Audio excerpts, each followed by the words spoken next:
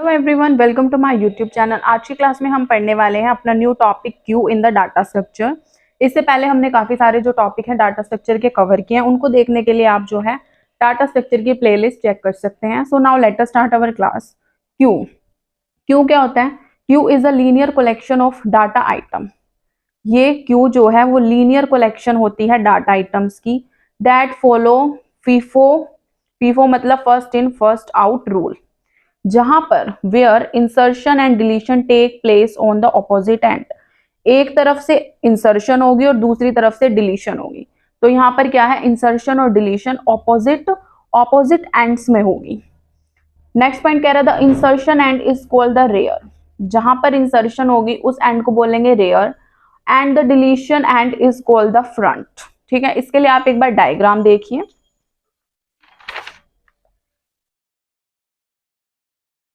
Let's see the diagram.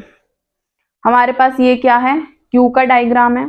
Q में क्या हो रहा है, यहाँ पर क्या हो रही है, इंसर्शन। इंसर्शन को हम बोलते हैं एन क्यू और यहाँ पर हो रही है डिलीशन जिसे हम बोलते हैं डी क्यू।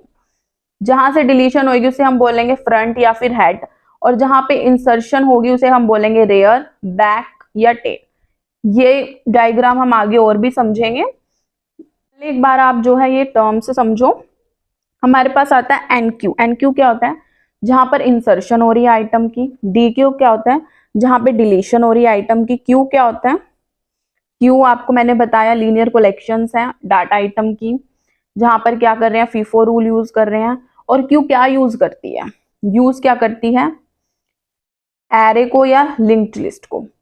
एरे को या फिर लिंक्ड लिस्ट को, इन दो चीजों को क्या करती है, यूज करती है जब भी उसे अपना ऑपरेशन प्ले करना हो, या तो वो एरे में करेगी या फिर लिंक्ड लिस्ट में करेगी। नेक्स्ट पॉइंट हमारे पास है queue is a non pre-emptive linear data structure. First class में हमने पढ़ा था प्रीएम्प्टिव, नॉन प्रीएम्प्टिव। प्रीएम्प्टिव के कौन से पार्ट्स थे, नॉन प्रीएम्प्टिव के कौन से। तो जो क्यू है वो नॉन प्रीएम्प्टिव कैटेगरी में आता है हमारे पास। नेक्स्ट आता है it is named queue as it behave like a real world queue. इसे क्यू क्यों कहा गया, क्योंकि जो रियल में क्यू होता है उसकी तरह से इसको भी देखा गया।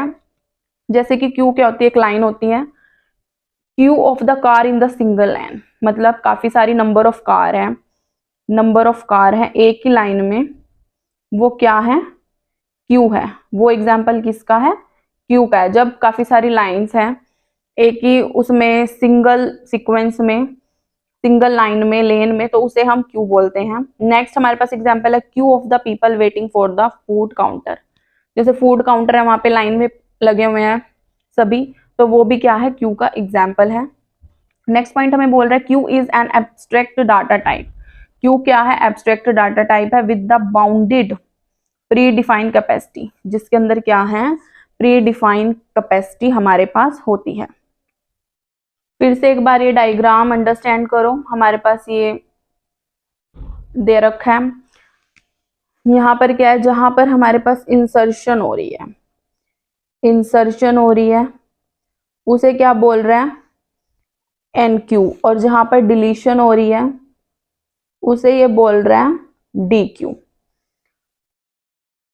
जो डी क्यू है, जहां पर डिलीशन हो रही है, उसे हम बोलते हैं फ्रंट या फिर हेड, और जो इंसर्शन जहां पे हो रही है उसे हम बोलते हैं रेयर, बैक या फिर टेल। तो हम देखेंगे algorithm in the queue. First algorithm है write a algorithm for insertion of queue. जब हमें क्यू में इंसर्शन करनी है उसके लिए हम क्या एल्गोरिथम देखेंगे। स्टेप नंबर 1 है बिगिन, स्टार्ट होगा यहाँ से। स्टेप नंबर 2 है if rare equal to n-1। अगर जो रेयर का साइज है वो n-1 के इक्वल हो जाता है, ये दोनों इक्वल हो जाते हैं, then printf overflow and exit कर जाएगा। अगर वो यहाँ पर ये कंडीशन फॉल्स हो जाती है तब जाके हमारे आगे के स्टेप पर बढ़ा जाएगा। तो सबसे पहले हम चेक करते हैं रेयर का साइज क्या है, 3। ठीक है, यहाँ पे मैंने आपको ऊपर वाले डायग्राम में बताया था, यहाँ पर इंसर्शन हो रही है तो रेयर का साइज यहाँ पर हो गया 3। और उसके बाद फ्रंट का साइज क्या है, फ्रंट का साइज 1। इस साइड से फ्रंट देखेंगे, फ्रंट का साइज क्या है, यहाँ पर 1 है। उसके बाद n कितने हैं, 5। अब हम इन वैल्यूज को यहाँ पर पुट करेंगे। रेयर गिवन है 3, हम यहाँ लिखेंगे 3 इक्वल्स टू, एन हमारे पास 5 है और 5 माइनस 1 कितना होता है 4, तो ये नॉट इक्वल आ गया। यहाँ पर ये क्या चीज आ गई, फॉल्स आ गई। अगर ये फॉल्स है तो हमें अगले स्टेप पे जाना पड़ता। अगर ये ट्रू होती तो यहीं पे print F overflow and exit हमारे पास हो जाता, लेकिन यहाँ क्या है, ये स्टेटमेंट जो है ये स्टेप की वजह से फॉल्स हो गया। तो हम क्या करेंगे, नेक्स्ट स्टेप पे जाएंगे। स्टेप नंबर 3 हमें क्या कह रहा है, इनपुट द न्यू आइटम। हमें न्यू आइटम ऐड करना पड़ेगा। न्यू आइटम हम क्या ऐड करेंगे, मान लो हमने न्यू आइटम ऐड करना है 40 ऐड करेंगे। Step number 4, rear equal to rear plus 1। पहले रेयर कितना है 3, इसमें हम प्लस 1 करेंगे तो आ जाएगा 4। तो हमें ये जो आइटम ऐड करनी है वो कहाँ पे करनी है, ये इंसर्शन की एल्गोरिथम है, तो नंबर 4 पर हम इसे ऐड करेंगे। यहाँ पे आ गया 40। उसके बाद स्टेप 5 कह रहा है क्यू इक्वल्स टू रेयर, यही हम न्यू आइटम ऐड करेंगे। ये आइटम कहाँ यू कर दी, रेयर में पुट कर दी। पता चला इनपुट करनी है हमें न्यू आइटम कहाँ ऐड करनी है, रेयर में। रेयर प्लस 1 4 पर करनी है और वो आइटम क्या होगी 40, तो हम यहाँ पर इंसर्ट कर देंगे। उसके बाद एग्जिट कर देंगे। यहाँ तक ये एल्गोरिथम फर्स्ट टाइम खत्म हो गई। अब हमें दोबारा इसे स्टार्ट करना है। अब हम देखेंगे रेयर की वैल्यू हमारे पास क्या आई 4 लिखी, n माइनस 1, n 5 है, माइनस 1 करेंगे 4, तो यहाँ पर जो ये स्टेटमेंट है 4 ट्रू हो गई, सेटिस्फाई हो गई। इसके बाद यहाँ पर क्या आ जाएगा, printf overflow and exit आ जाएगा। यहाँ पर ये एल्गोरिथम फिनिश हो जाएगी, खत्म हो जाएगी। इस तरह से जो है ये इंसर्शन की एल्गोरिथम काम करती है। नेक्स्ट एल्गोरिथम हमारे पास है write a algorithm for the deletion. अगर हमें डिलीशन के लिए कोई एल्गोरिथम लिखनी है तो क्या लिखेंगे, स्टेप 1 बिगिन।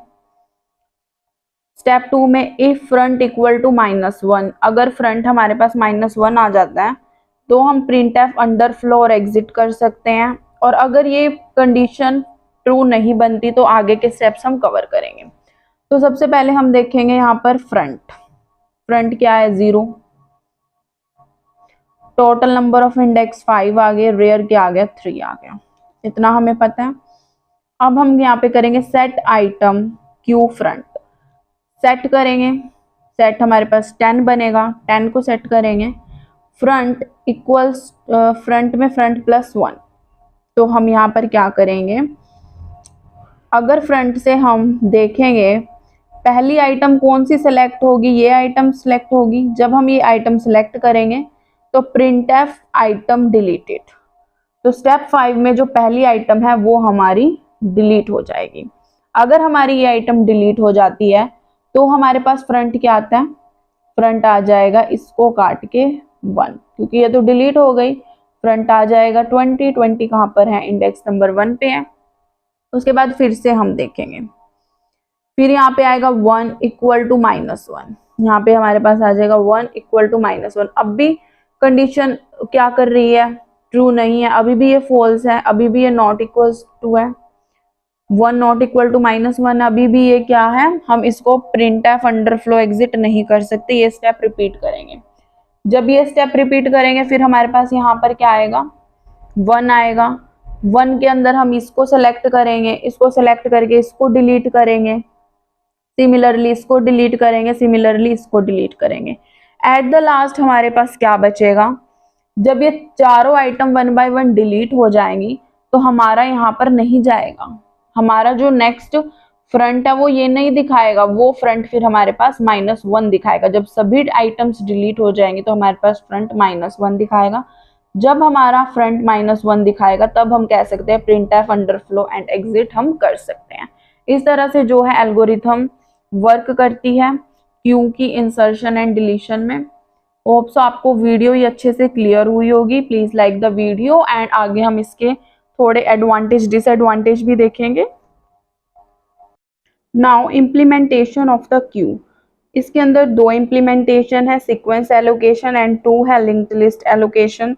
सबसे पहले हम देखेंगे sequence allocation. A Q can be implemented using an array, जो क्यू है वो इम्प्लीमेंट होगा by using the array it can recognize the limited number of elements। उसके अंदर क्या होंगे, ऑर्गेनाइज होंगे limited number of elements. Number 2 हमें कह रहे हैं लिंक्ड लिस्ट एलोकेशन।